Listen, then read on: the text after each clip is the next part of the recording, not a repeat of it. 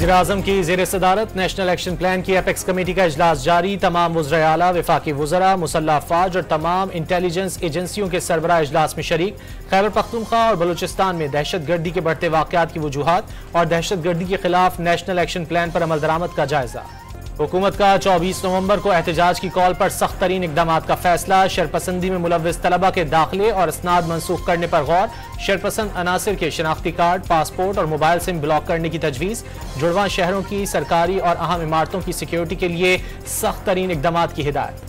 वज़ीर आला खैबर पख्तूनख्वा की बानी PTI से अडियाला जेल में मुलाकात। 24 नवंबर को एहतजाज की कॉल समेत अहम उमूर पर मुशावरत। अली अमीन बानी PTI से क्यों मिले? सारा ड्रामा बानी PTI की रिहाई के लिए, कोई रिहाई नहीं मिलेगी।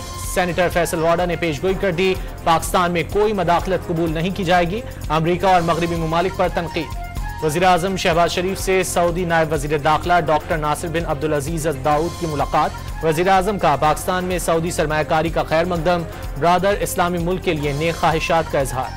और वज़ीर ख़ारजा इसहाक डार से अमरीकी सफ़ीर डोनाल्ड ब्लूम की मुलाकात। अहम उमूर पर तबादला ख्याल। बरतानवी वज़ीर मुमलिकत बराए ख़ारजा हिमेश फॉल्कनर की भी इसहाक डार से मुलाकात। दो तरफ़ा उमूर पर बातचीत।